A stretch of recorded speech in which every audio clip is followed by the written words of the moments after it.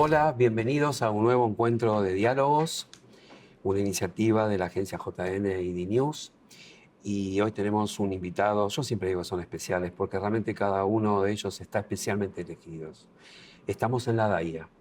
Para quien no conoce o aquellos que no conocen, porque D-News se ve en toda Latinoamérica, la DAIA es el lugar o la institución que nuclea todas las instituciones judías del país, pero aparte se ocupa, entre otras y tantas cosas, y muy especialmente del antisemitismo, un tema que realmente nos tiene muy, muy preocupados. Así que charlaremos con Mauro Berenstein, que es el presidente de DAIA, a quien le damos la bienvenida. Hola, Mauro. Dani, ¿cómo andas? Buenos ¿Qué días. tal? Buen ¿Cómo andas? día y bueno, mil gracias por recibirnos acá Por favor, gracias por acercarse. en la DAIA. ¿Cómo está la comunidad hoy?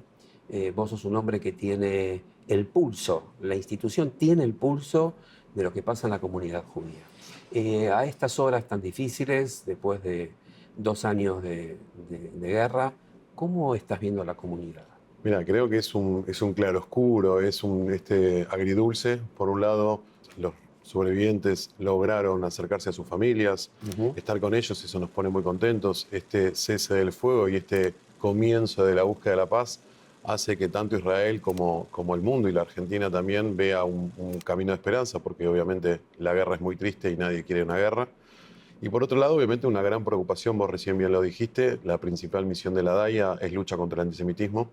Lamentablemente, desde el 7 de octubre hubo un comienzo o un despertar antisemita en todo el mundo. Argentina, lamentablemente, no fue la excepción, más allá de que fue un país que tuvo mucho menos antisemitismo que otros lugares del mundo. Claramente.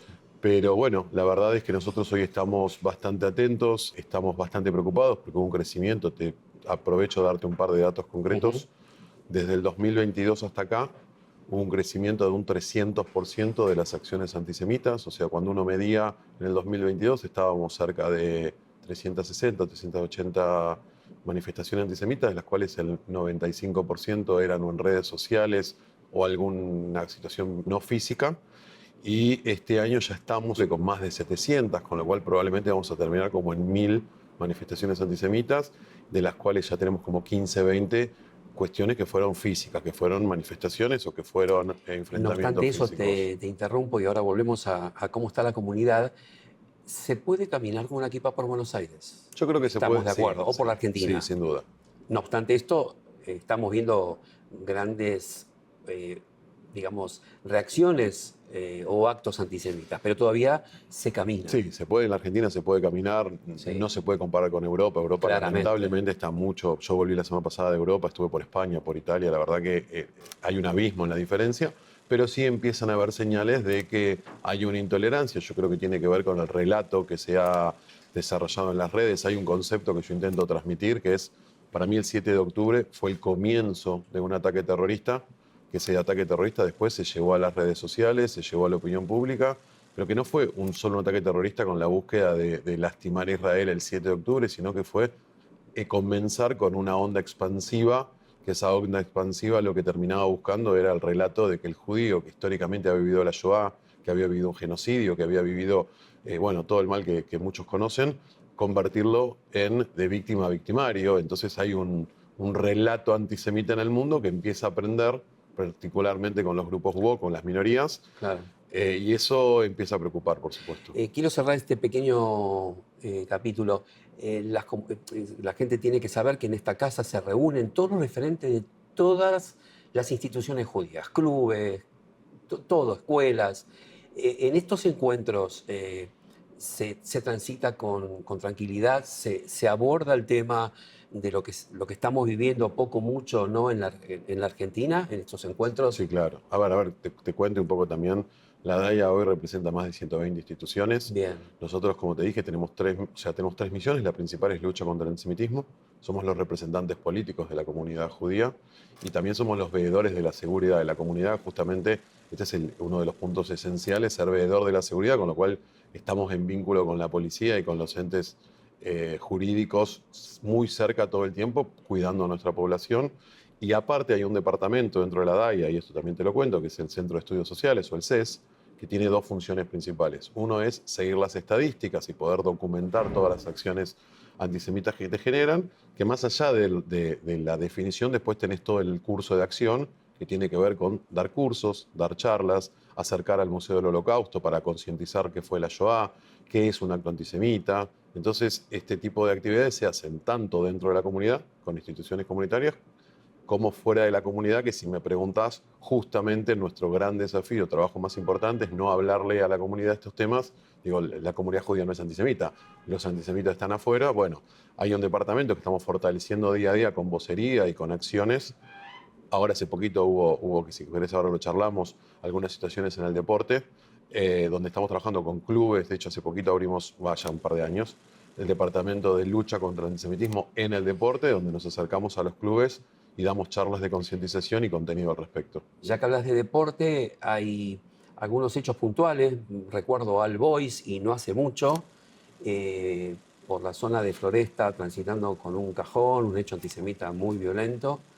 Sé que el presidente estuvo acá y creo que yo también participé aquella oportunidad que vino. Hemos vivido hace pocas horas algo en Hebraica, esto de matar judíos y un viaje de egresados donde también de algún modo se impuso este tema. ¿Cómo, cómo lo estás transitando vos, la DAIA, estos hechos, deporte y no deporte, digamos, puntuales tan importantes del antisemitismo? Mira, como te decía, a ver, obviamente con mucha responsabilidad, la DAI está justamente preparada y hay un equipo profesional de primera línea que se dedica a esto. Te decía, el Departamento de Denuncias o la Mesa de Denuncias, como nosotros llamamos, es una institución de que cada vez que hay un hecho antisemita, llega a la Mesa de Denuncias, nosotros lo trabajamos y depende la índole o depende la situación que se da, nos ocupamos de hacer el curso de acción correspondiente para concientizar.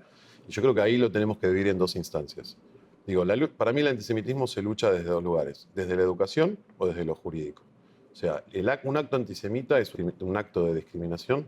La discriminación está penada por la ley. ¿Qué quiere decir esto? Que si alguien hace una manifestación antisemita o un acto discriminatorio, eso es un delito. Bueno, ese delito, Por la ley de por la ley de antidiscriminación. antidiscriminación. Ese delito hay que tratarlo.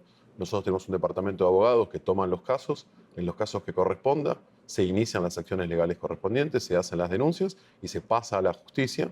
Y, por ejemplo, en este caso, cuando se trata con niños, bueno, yo creo que los niños, el principal objetivo es educarlos para tener una sociedad mejor.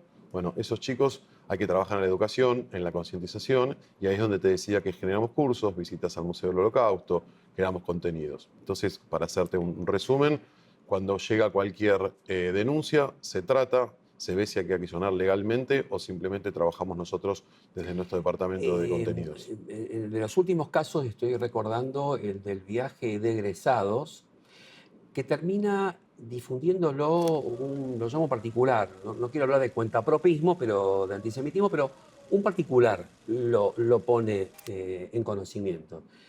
Cuando yo particularmente llamo a la DAIA, resulta que la DAIA esto ya lo tenía en carpeta.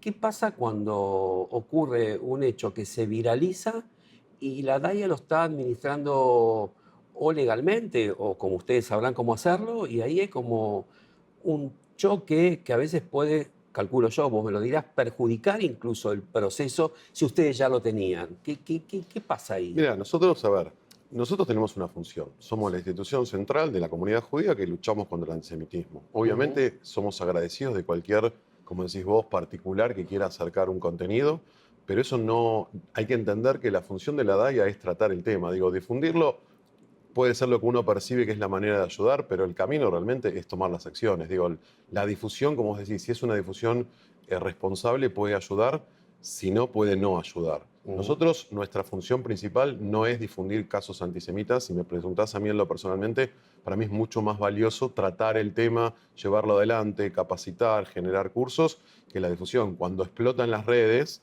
bueno, simplemente, a ver, si se consulta van a saber que en general el 100%, digo, no sé si 100%, pero 99% de los casos siempre llegan a la DAIA porque la comunidad judía sabe que la institución central que realmente toma acciones para luchar contra el antisemitismo es la DAIA. Digo, después se puede buscar contraportistas o quien fuera que quiera subirlo a las redes y agradecidos con que transmiten un mensaje, pero lo cierto es que el antisemitismo se lucha con acciones. El manual de procedimiento, no importa de dónde salga la información, cuando se difunde tan masivamente un hecho como los que vivimos en el último tiempo, hay 2, 3 o 4 de ellos, ¿no termina siendo algo que puede generar, digamos, no quiero llamar más antisemitismo, pero Esto de matar judíos, en definitiva, toda la Argentina y en el exterior también se terminó hablando de matar judíos. No es un invento argentino. Sí. Pero es difícil administrar eso, Mira, supongo. la verdad que en un país libre sí es difícil administrar, no tiene que estar a la altura. Yo creo que mientras que uno tenga su misión clara, ahí Sí, no hay problema.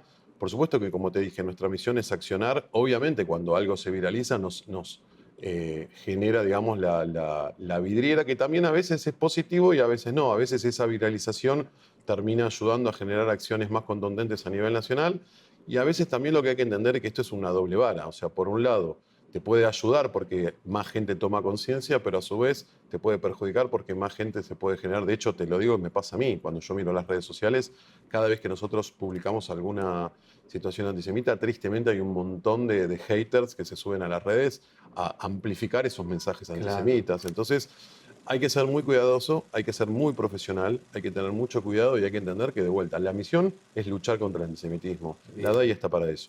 Vos sabés, gente, ayer anoche estaba leyendo un poco la historia de la DAIA, cosa que hago con cada entrevista que me toca, y estaba viendo que estaba muy atado al nazismo en aquella época, y también habla de la importante relación que la DAIA es la que lleva la relación con los gobiernos. Así que ambas cosas me quedaron y leyendo un poco cómo era el comienzo de la DAIA, hay cosas que vemos hoy en el mundo respecto al antisemitismo que digo, epa, esto pasó.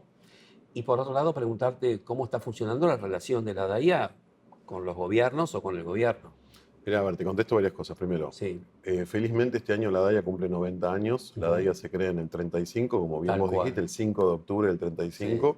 Nace como un grupo de judíos que, viendo las manifestaciones antisemitas en Europa, sí, deciden juntarse acá en la Argentina y decir, bueno, tenemos que empezar a recibir a esa gente que escapaba de Europa, donde había un mundo, había sido la noche de los cristales rotos, más o menos por esa sí, sí. época. Empiezan a llegar judíos a la Argentina y darle contención. Así nace la DAIA. Lamentablemente hay un paralelismo porque hoy sí se empieza a generar muchas acciones antisemitas. Creo que nuestra función, igual que en el 35, es contener y no permitir que los relatos se expandan y esos relatos antisemitas permeen en la sociedad. Eso es algo que nosotros tenemos que trabajar fuertemente y creo que lo hacemos o intentamos hacerlo de la mejor manera posible.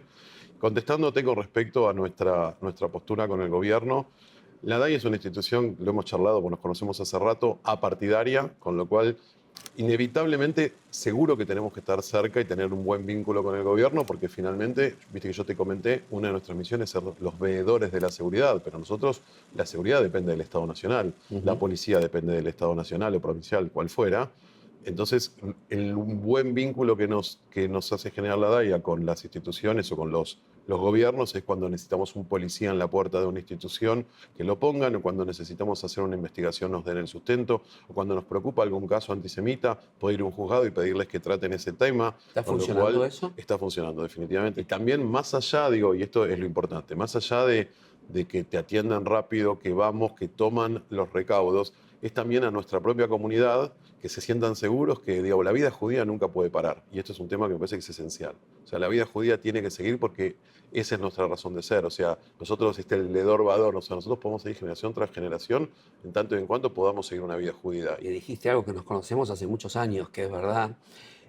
Asumiste en el 2024, o sea, ya era un año del inicio de la guerra. Quiero contarle a la gente que no es usual que un dirigente tan joven, no sé si sos el presidente más joven de la historia de DAIA, ¿lo sos? Es Bien. correcto, sí. Obviamente que cuando asumiste lo que imaginaste, la realidad lo fue cambiando. La verdad que es casi personal. ¿Cómo, entre lo que te imaginaste y lo que está ocurriendo, cómo lo estás viviendo? ¿Cómo lo estás llevando? ¿Lo podés llevar? Obviamente que tenés una comisión directiva, esto no va en desmedro de tu persona, todo lo contrario, debe haber un trabajo de equipo, pero supongo que no estaban los planes esto que estamos viviendo hoy.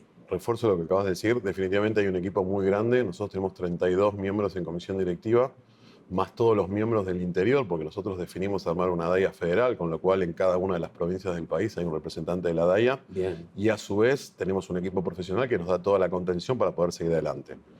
Con lo cual, este es un trabajo de equipo y no hay otra manera. Por eso digo, los lobos solitarios que luchan contra el antisemitismo se quedan cortitos. Este es un trabajo en equipo.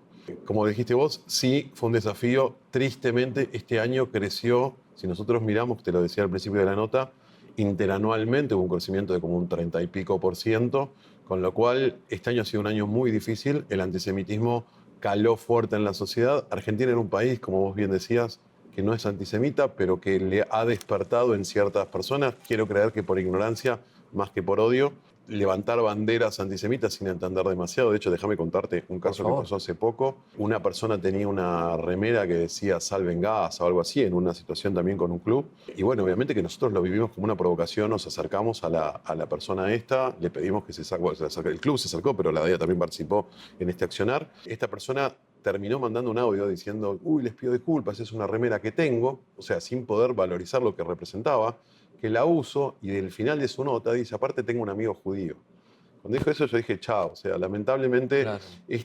esta situación hay algo ahí adentro del antisemitismo, por eso digo la educación, y vos conocés la DAIA hace muchísimos más años que yo, la educación es la clave para que estas cosas, o sea, no existe, ¿qué quiere decir tengo un amigo judío? O sea, somos una sociedad, yo tengo mi credo, tengo mi creencia religiosa, vos tenés la tuya, no te define para puedo ser amigo tuyo porque sos judío o no sos judío. O sea, y cuando vemos un presidente como el que tenemos, hablo de Javier Milei, un hombre que abraza el judaísmo, un hombre que tiene un compromiso incondicional con el Estado de Israel, ¿qué pensás? En principio yo pienso que estoy agradecido.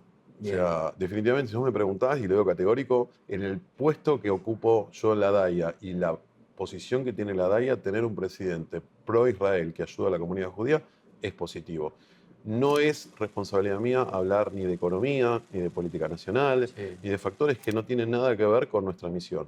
Solamente desde un ámbito, digamos, comunitario, tener un presidente que ayuda a la comunidad es solamente agradecimiento. Ayudar es, en el idioma más claro, es como ayuda tal vez a concientizar, a conocer. Me parece que pone un poco el tema del judaísmo para aquel que no conoce, digo, ¿no? Yo creo, a ver, esto es como siempre, digo, van a haber miradas críticas, de hecho, por lo que te estoy contando ahora seguro alguno cuestionará mi pensamiento. Cuando digo ayuda, lo digo categórico, o sea, poder llamar a un ministro de seguridad y te mande una brigada antiterrorismo, poder llamar a cualquier ente y que esté bien predispuesto a colaborar y a cuidar, porque finalmente su percepción, y es mi mirada, protege a la comunidad argentina. Entonces, esos judíos, no importa si son judíos o no judíos, protegen a la comunidad argentina sin diferenciar el credo. Me hablaste de la remera y me acuerdo que hicimos acá una entrevista con tus colaboradores sobre antisemitismo y una de las chicas, creo que fue Marisa Brailand, comentó lo que es a veces una bandera palestina puesta en cualquier lado y una bandera palestina que aparezca en la cancha de Atlanta en un partido. ¿Cómo lo explicás vos, esa línea, digamos, que existe entre algo que puede no molestar y se convierte en un hecho violento, ¿no? Hay un tema, y esto hoy en el mundo digital, el mundo de las redes, que tiene que ver con los simbolismos. O sea, lamentablemente hoy la bandera palestina se convirtió en una provocación, porque ¿qué hay atrás de esa bandera? De hecho, no sé si vos seguramente lo viste, atrás de esa bandera hay un eslogan que la gente repite, he escuchado diputados nacionales, gente repetir, del río al mar, ¿viste? Palestina del río al mar. Sí. Yo digo, ¿alguien sabe qué está diciendo? ¿Qué quiere decir del río al mar? Vos lo sabés, pero si no, no sé si toda la gente lo sabe. No del río al mar está Israel. Cuando vos decís del río al mar, lo que estás diciendo es la desaparición de un Estado. Estás diciendo que la muerte de 11 millones de personas, la desaparición de un Estado. ¿Vos te imaginás que alguien levanta una bandera diciendo del Atlántico al Pacífico y que Argentina desaparezca? Y yo levanto una bandera que quiere decir eso. Entonces, el problema no es la bandera. El problema es lo que simboliza. Es decir, en una cancha donde hay judíos o aparece la bandera, la DAIA supuestamente va a intervenir. Lo mismo que si aparece una pintada, te pregunto, donde dice del río al mar, en una universidad, en una facultad. ¿Les compete eso? ¿Se trabaja sobre eso? Por supuesto, sí, sí. De hecho, te cuento, este año abrimos un departamento que lo está, una secretaría, es un departamento de una secretaría que lo está manejando Marina Dectiar y Gustavo Sacal, donde tenemos charlas con todos los decanos de las universidades, tanto nacionales como municipales. O privadas, depende del caso, donde concientizamos y damos charla. Hemos tenido en algunas facultades, vos sabés que hay facultades que son más afines y otras que no son tan afines, donde concientizamos el tema de que cuando cuelgan banderas, cuando generan simbolismo, acá lo que hay que entender son los símbolos. Digo, y si un símbolo se representa en un acto antisemita o un símbolo representa el exterminio de un país, de un pueblo, de alguien, bueno, hay que trabajar con eso. ¿Cómo funciona la relación con la AMIA? Bien, ¿sí? La verdad que tenemos, o sea, cada uno Cada Sí, uno claramente cada uno tiene su misión. Sí, sí, Por sí. suerte, nosotros trabajamos, de hecho estamos en el mismo edificio, trabajamos cada uno con su misión. La DAIA es la representación política de la comunidad, la AMIA es la mutual, o la principal mutual argentina. Ellos tienen todo lo que ver con cementerio, educación, acción social y hacen un gran trabajo. Por suerte el vínculo es muy bueno. Nosotros hacemos nuestro trabajo y en algunas veces, por supuesto, trabajamos en conjunto y otras no. Bien. Por un lado, ¿cuál es el mensaje para las comunidades cuando vean esto y te vean como presidente de la DAIA? ¿Y cuál es el mensaje si de pronto hay un ministro del Interior del Perú o de Colombia o de no sé dónde va a ver la entrevista al presidente de la DAIA? También, ¿cuál es el mensaje? Mira, Son dos. el primer mensaje para cada ministro es Sí. que la creencia religiosa de una persona no te define como ciudadano, con lo cual uno tiene la obligación de cuidar a todos los ciudadanos. Entonces, así como te contaba, la ministra argentina cuida a los ciudadanos argentinos de creencia judía, eso tiene que pasar en cualquier lugar del mundo, con lo cual hay una responsabilidad institucional. Por eso yo digo, cuando un gobernante hace una diferenciación o levanta una bandera simbolizando la muerte de otro por una creencia, es absolutamente grave. Después, a ver, nunca bajar los brazos. La lucha contra el antisemitismo es algo que ojalá algún día desaparezca, pero creo que todavía nos falta mucho. Tenemos que trabajar en conjunto. Yo creo que no, lamentablemente el antisemitismo no tiene barreras y tampoco tiene fronteras. Entonces, al no tener fronteras, a veces de hecho hemos charlado y estamos trabajando mucho con Latinoamérica.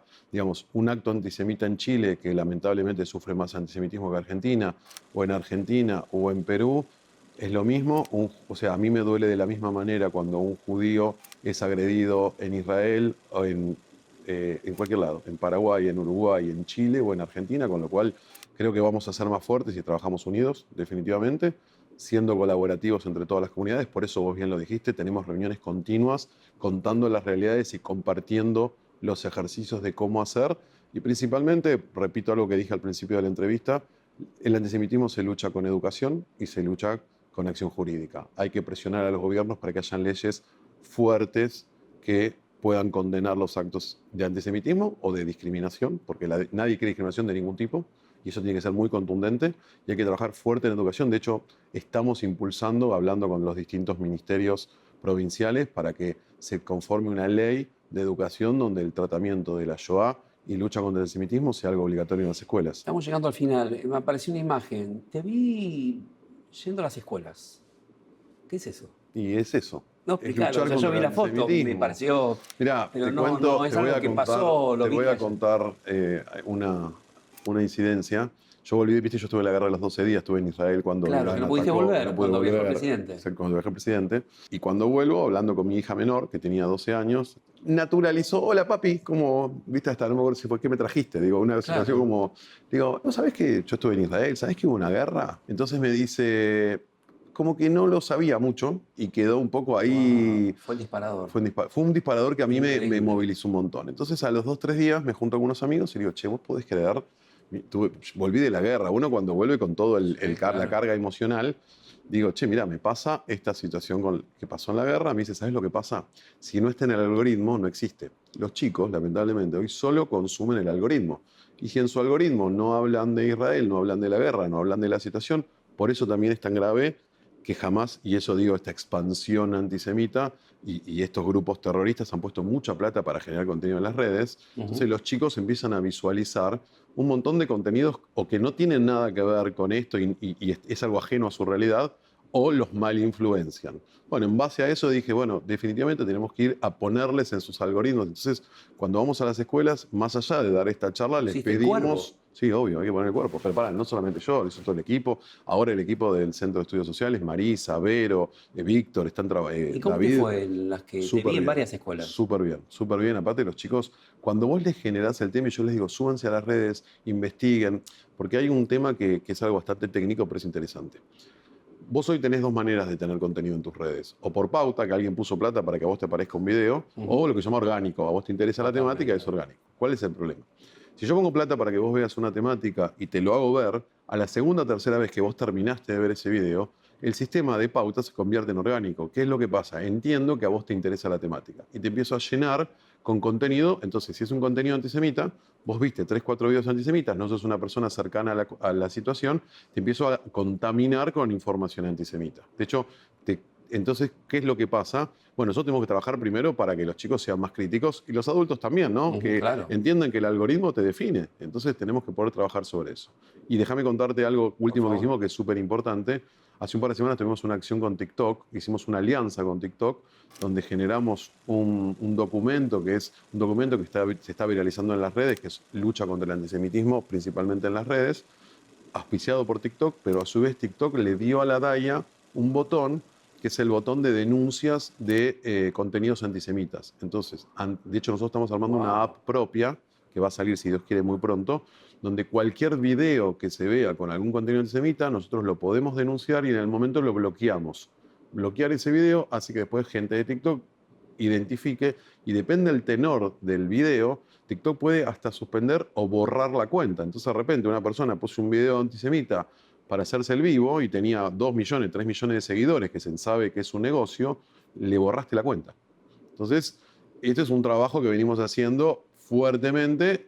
Arrancamos, yo estuve en Nueva York en febrero, lo estamos capitalizando recién ahora, pero es un trabajo que, viste, y ahora estamos intentando... ¿Las escuelas te satisfizo? ¿Estuviste contento? Sí, muy porque los chicos se ven comprometidos, los chicos entienden, los chicos les interesa. Me sorprendió algunas preguntas, o sea, preguntas que decís, chicos de 13, 14 años, en la cantidad de contenido que tienen, así como un montón de otros tantos que no están en su algoritmo y no están al No, y tanto. tus respuestas yo creo que también deben haber sido importantes para ellos. Sí, por supuesto, También espero que sí, hacerse. espero que sí.